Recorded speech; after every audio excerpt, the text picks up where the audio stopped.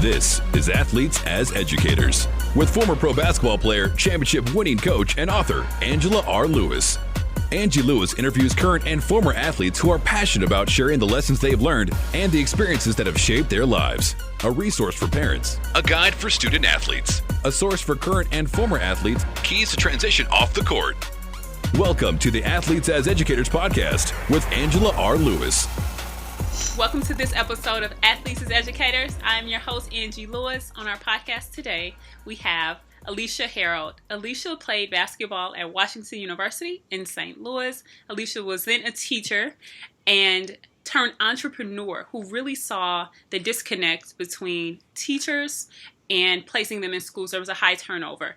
Alicia, thank you so much for being on the podcast. Thanks for having me. Will you talk about myEDmatch and the work that you're doing to really help educators have great experiences? Yeah, so I think one, this comes back to my experience directly in the classroom. So I wasn't out there just trying to start a company for the sake of starting a company. And so for me, it was the fact that we know after decades and decades of research that the number one most important thing you can give kids towards leveling the playing field is education, and the number one driver is the quality of a teacher. So I absolutely have the utmost respect for teachers, and I think we need to continue to elevate the profession so that, you know, the best folks out there go on to teach our next generation of leaders. And when you actually look at teachers, the process from which we place them is actually pretty crazy and old school. So actually, when you look at a job posting, they all look very similar. Someone sitting in a central office oftentimes slots you in a school. The principal doesn't know who's coming in. I mean, there's just this old archaic system of placing teachers. And so I thought, how could we use technology to enhance this and actually figure out where a teacher would be best aligned? And so using concepts similar to online dating actually is how we came up with the idea to actually match teachers to school based on alignment of vision, values, and culture so that they're a good fit there so that they stay there for longer. How did you become so passionate about this topic? From my own time in the classroom. So I joined Teach for America, and I was placed in South Central LA. So teaching in Watts, I saw the impact that teachers could have on kids, and I knew we needed more great teachers to not only go into the profession, but to stay in the profession. So the more I started digging into this, and then I was the executive director of Teach for America in Kansas City, and placing teachers across there, was looking at the data of why are teachers leaving. And so 70% of teachers that leave every year attribute it to one of two reasons. The top one is the lack of alignment with school leaders. The people in my building, I didn't fundamentally agree on things with them.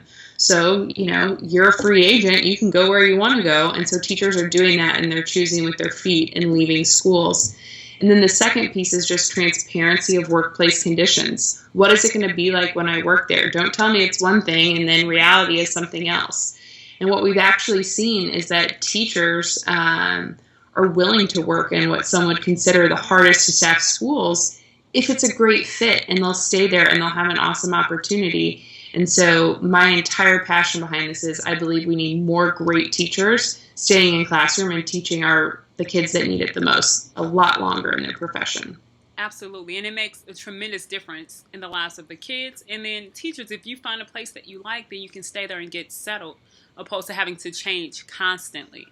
Yeah, and they're not going to change it, school to school forever. They'll eventually just walk out of the profession, and that's what we're seeing. And, in the news today, there's a lot about a teacher shortage. I mean, 49 of our 50 states have declared that they have shortages in at least one critical area. And so we need more people to go into it, but we also need to treat teachers better along the way.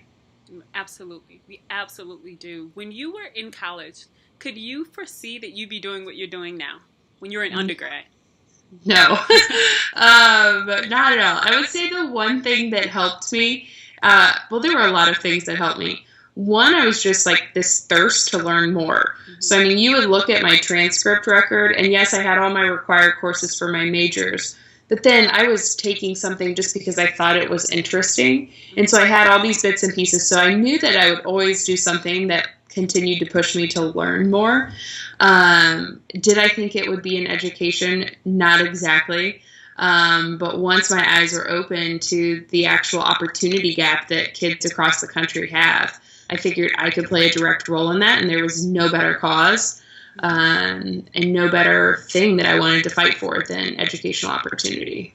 Will you talk a little bit about your career progression? So once you graduate, what did you major in undergrad? And then once you graduated, did you go immediately to Teach for America, or did you do some other things in between? Yeah, so I don't use a whole lot of what I went to school for, but I think that might be the case with several folks. Yeah. So I studied political science, Spanish, and legal studies. Okay. And so I had actually applied to law school as a junior in college. I graduated a little bit early. I had applied to law school. I deferred my seat in law school. I was going to go into corporate law, of all things, and then join Teach for America straight out of college. And so that idea was, this 2-year opportunity, go back, contribute in a meaningful way as a leader in education. And then right at that time, when I was teaching out in California, it started the budget crisis. So if you didn't have 5 years of teaching tenure, you literally got a pink slip, even if you were doing a great job. So I couldn't stay in teaching out in LA with my kids anymore. I knew I wanted to remain involved in education. So I joined staff at Teach for America. I was a traveling national recruiter. So I spent all day, every day on a college campus somewhere trying to convince folks that they too should join this fight for educational equity.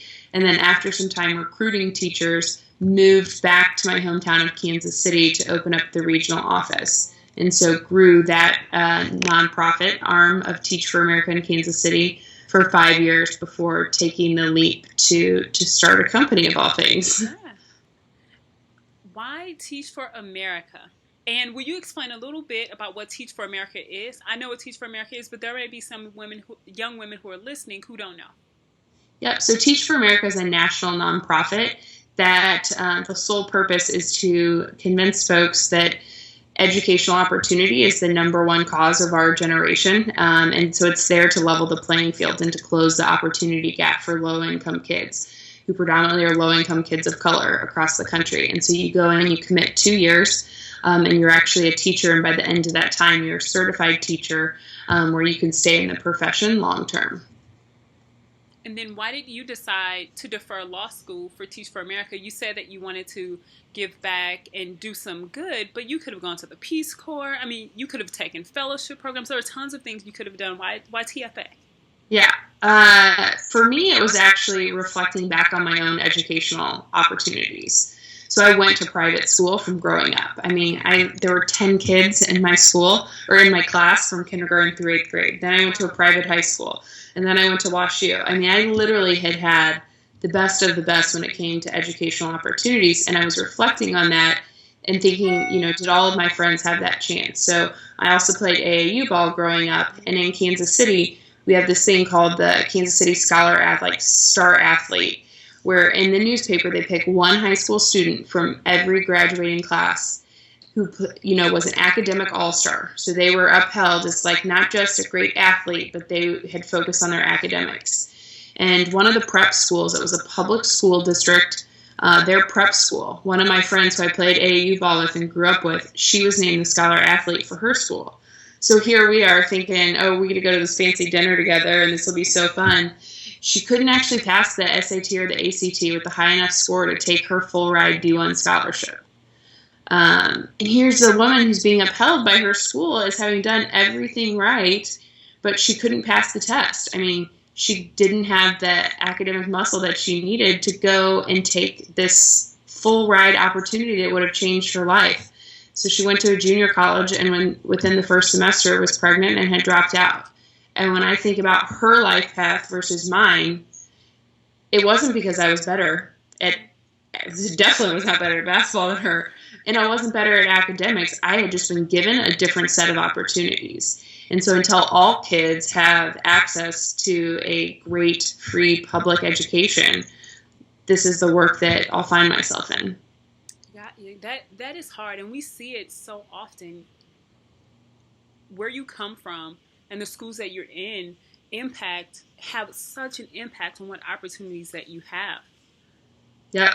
I mean, it's a shame that in this country, you could almost take someone's zip code and you could predict the graduation rate from high school of a senior class of kids just by the zip code. And so I think that that's just a huge issue, and it's pervasive across the country. What are some challenges that you face doing your work? And I'll preface that with doing my work specifically with Teach for America. With education. So challenges you face as a leader. I have a lot of teammates who went into education or teachers, educators. I don't know if that's just a trend among athletes, but leaders in the education field. What are some challenges that education face? A few of them. Geez. I know there's tons, right? Yeah, so I mean, there's the systematic things that I think we need to change about education, but then there are so many day-to-day challenges. Yeah. When people ask me now, running and owning a tech company, what's been the greatest professional challenge of your life? And I said it was teaching 9 and 10-year-olds, because I don't pay them, right? They're not on my payroll, so I can't say, I demand this of you. And so I think so much of what I learned in leadership, I learned in the classroom.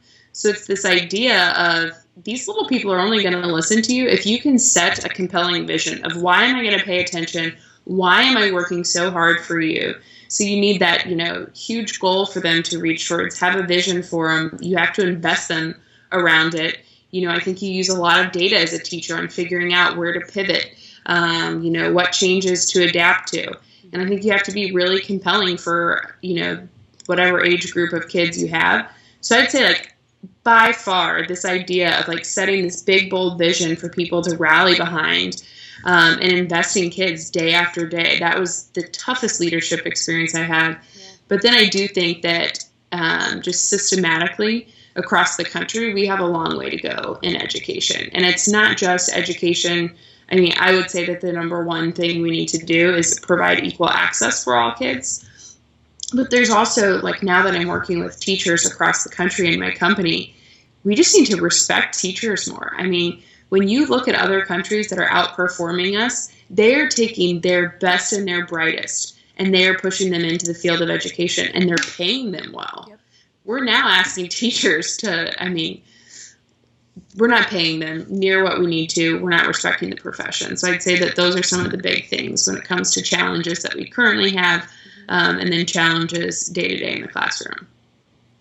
As a leader whose goal is to inspire people and to work towards a vision and to create equity, how do you use what you've learned playing sports in your day-to-day?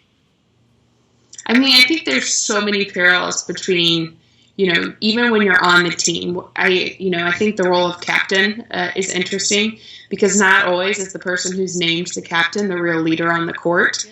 And so I think about the skill sets that you have and that you use when you're on the court with your teammates, that you lead by example. You're always hustling, you're putting in the extra effort. I think those same things that you learned as an athlete are transferable directly into leadership. And I think that, whether or not we're able to accurately communicate that is going to be the gap, because you have the leadership you need, whether or not you were the captain, whether or not your team won, whether or not you're an All-American, you were part of a team environment. You know how to get along well with others. You know that that's not always an easy road. You've learned what it means to be disciplined. You have to be organized. All of those things are what you're needed in the workforce. And so I think that being able to take that experience and translate it effectively is really key. It is key. And you made a really good point about not being able to recognize it. Because sometimes you don't know that you're doing it because you've done this for so long, whether it's sacrificing for a teammate or whether it's handling conflict. We don't always make the connection. And it took me years to actually start making the connections between what happened on the court and then how that transfers in my life. What are some, I'm sorry, go ahead. I would also just say persistence. Mm-hmm. I mean, that is something that I look for so much in the people I hire today. It's how do you respond in the face of challenges? We all look pretty good when things are going rosy, right?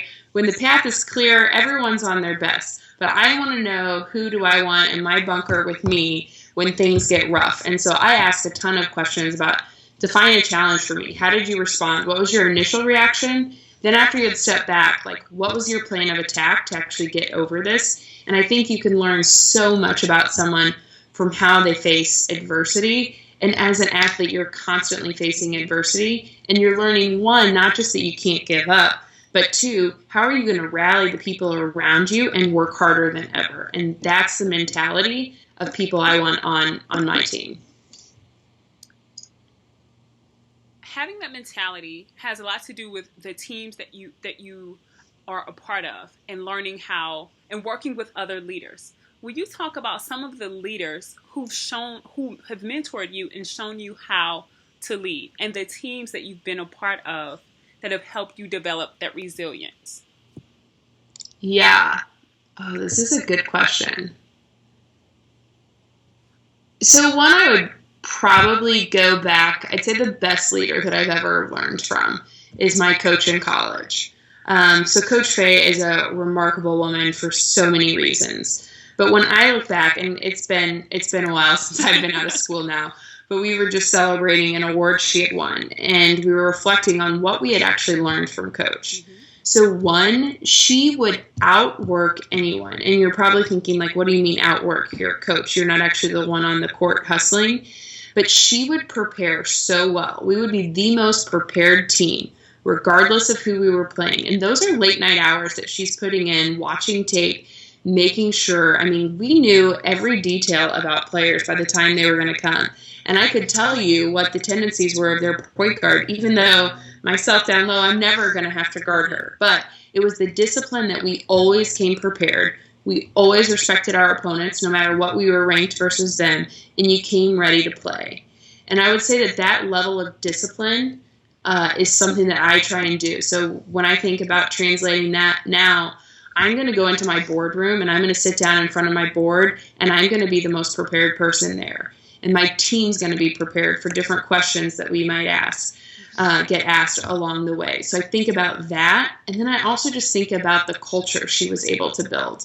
My best friends still today were people that I met on the court, and they were so much more than, their statistics. Kelly's the great 3-point shooter.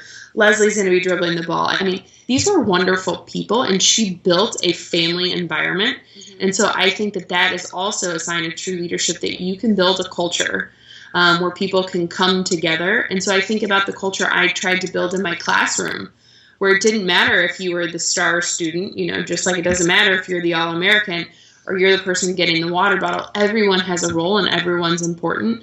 So I think I learned things about culture and family-like environment that I tried to bring into my classroom, and that I definitely try and emulate today, now running a company, and really focus on the culture that I'm building. When you are, so you made some awesome points. When you have been a part of a great team, and a great team, some of it is winning. So part of winning is fun. So let's put that out there. We want to win, and winning is fun. But being a part of a great team and family-like environment isn't only contingent upon winning, because you can have some great relationships. You can work really hard and not win. But when you have that experience coming up, you always crave that, right? Like, you always want to recreate that in some way. And as a leader, you're in a really unique position, because it's up to you to be able to do that. Yeah. What are some keys to being a part of a great team? So these young women who are coming out of college, some of them are coming from great programs. Some of them, all of them have been on a team. As they move in their leadership journey, what are some things they should know about creating a team? Yep. So one, I do think it is respect and know your role, and that every role is important. So you're obviously not going to be coming in and being the boss of much of anything, but you still play a role, and you should be valued within that company. So just as much as you're trying to find the right job, you need to figure out that you're going to play a very particular role. And the role players that I want on my team, and that I hire specifically for, is about their mindset. And I know that might sound cheesy, but I believe I can teach anyone the skills that they need to work in my company, but I can't teach mindset. And so I talk a lot about growth mindset, and there's a lot of research out there, but you can't ever assume that your skill or your knowledge level is fixed, that you want to continue to grow and develop that. So I hire for people that, you know what, you might not have experience in it yet, but when you face other challenges where you didn't actually know, the direct skill set, how did you respond in that? And do you think you can learn it? So that appetite for learning, that craving, knowing you're always going to continue to grow, that's what I look for. And I think that that's the type of environment that you can bring to a company. No matter where you land, your enthusiasm and your mindset can be contagious. Not saying that we expect one person to help turn a ship if you're in a culture that's not great, but people are watching, and your mindset clearly sticks out above and beyond any course you've taken, any Excel spreadsheet that you might be able to produce. And so I would say that lead with your mindset and continue to grow. Having that right mindset, though, you're absolutely right. It's absolutely contagious, and it impacts everyone who's connected to you and who's involved in your company or organization. Yeah. What are some things that are tangible that you would say that young women need to know how to do? Some tangible things that they need to know how to do. I'd say communication is really important. So I think your ability to take in information and then synthesize it and pull out those key things. So you're going to be flooded, and no matter where you end up in your next step, there's going to be new things coming at you all the time. How do you digest that? How do you take that in, kind of take a step back, synthesize the overwhelming amount of information, parse it down into the most critical pieces, and be able to communicate that out? And I think communication is going to be critical in several ways. One, how you communicate verbally with folks. Again, your ability to keep it succinct, focused on the important things. And the same goes as well in writing. The number of emails that I receive, I really value people that can keep it to the point, and that can communicate that effectively. But you'll know when you're interviewing someone who's just all over the place and they can't quite focus, or they were telling this one story, but then something else over here reminded them of that, and they want to go over there. And so it's just really staying focused on clear communication. How did you learn how to communicate effectively? So there was quite a big period of coaching where I actually got coached on that, where they'd say, you don't need to send 3-page long emails. I'm only going to read this much. Can you actually cut this down into a tenth of what you have here?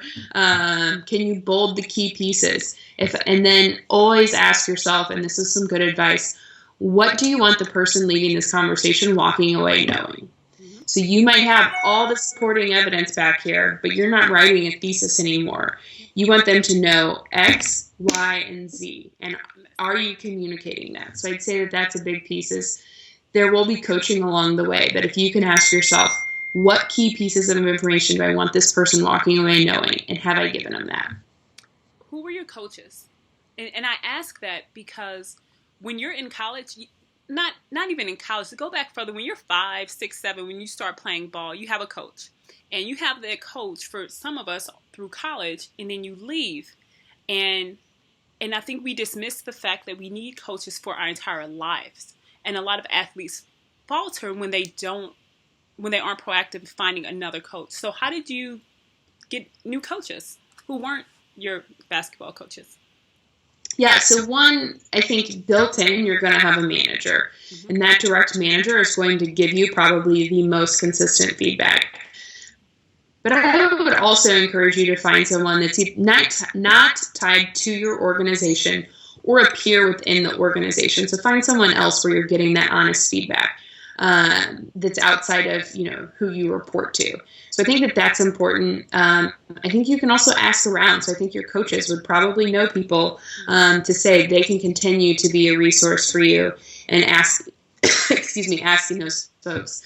I also had peer coaches along the way, and I really valued them like I did teammates. So when I went in to Teach for America and I was an executive director, I was the youngest person to have the role. So I was terrified of, oh my gosh, I don't want to say anything. I don't want to look stupid. It was just an intimidating role to step into. So I found a friend who was also in that role. And I said, yes, I want my boss to give me feedback, but you've been here, you've been around the table. Would you mind taking me under your wing and giving me feedback? So before I go in front of the large group and present something or prep something, I do it with her one-on-one. And so I would especially encourage women in the workplace to find another woman to be your advocate. And so again, this might not be the person who's doing your formal evaluation and performance review as your manager, but find someone that's been in that company or in that organization or in that school for a while. Women that have moved their way up are very welcome to the idea of bringing others up with them. And so I think you just build those genuine relationships of, I'd love to, can I stay in touch with you more frequently? I'd love some coaching. I'd love some advice. That is great advice. Like, that is phenomenal advice. And I don't ever remember being taught that early on, but you learn it after you bump your head. You mentioned something, Alicia, that I want to go back to. You said that you took this role and it was really intimidating. So you did something new that you hadn't done before when you were the executive director, in addition to starting your business. Will you talk a little bit about being not feeling as confident and competent, but still doing something? I liken this to basketball. When we started playing, we were bad. Like, everyone's bad when you start because you hadn't played, but you still keep going. And that cycle continues. So you talk a little bit about how that cycle has continued and why you keep trying new things in spite of not knowing. Yeah. And I'd say every transition that I've made in my life, into the classroom, into the recruitment job, into the executive director, trying to figure out how the heck to start my own company. Every transition has been scary. Mm-hmm. Because there are just simply so many unknowns. So it's how do you respond to that? So one, I think hard work is going to help. So you're going to transition into something that you aren't quite ready for. So it is that level of hard work and being willing to put in that time. But it's also just confidence in yourself. Like, you've stepped up to the line before and you've taken a shot not knowing if you were going to do it, but you go for it. And so for me, I look back to when I was applying to be the executive director. And I had people say, like, you're way too young for this. You're not experienced enough.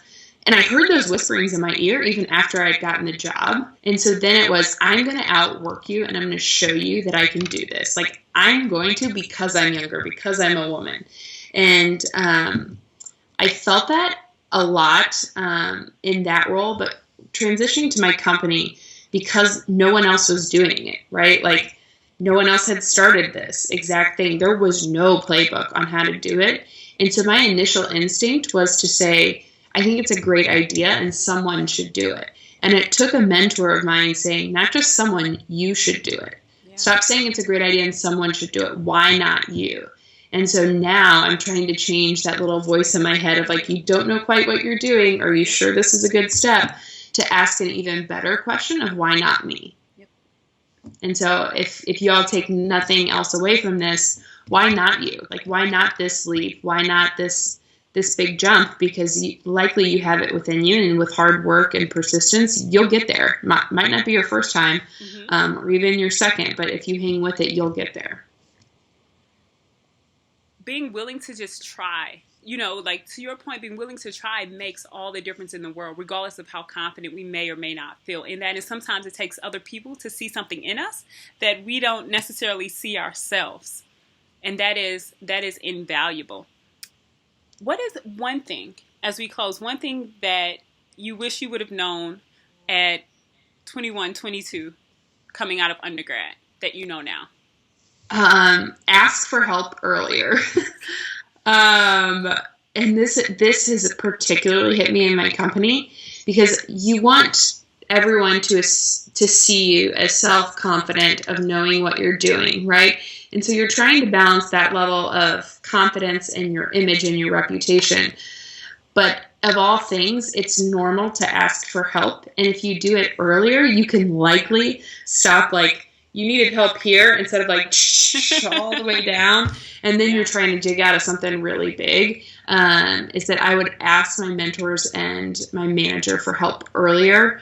Also because I would spin my wheels. If I didn't know how to do it right away, I would get all frustrated, and then I'd spend hours upon hours trying, doing something when all it really took was asking someone for help. And it didn't mean that I was any less capable of a woman, as a professional, as a boss, as a teacher, but just ask for help earlier. That's a really great point, because sometimes it's hard, like when your pride comes in, and to actually, for people to see that you don't know something, it makes you very vulnerable. It does. But everyone else has been there. Everyone else has been scared of their first job, has been scared of that big leap of taking that promotion. All the people that are above you have been there before, and so I would just encourage you to remember that, because they do.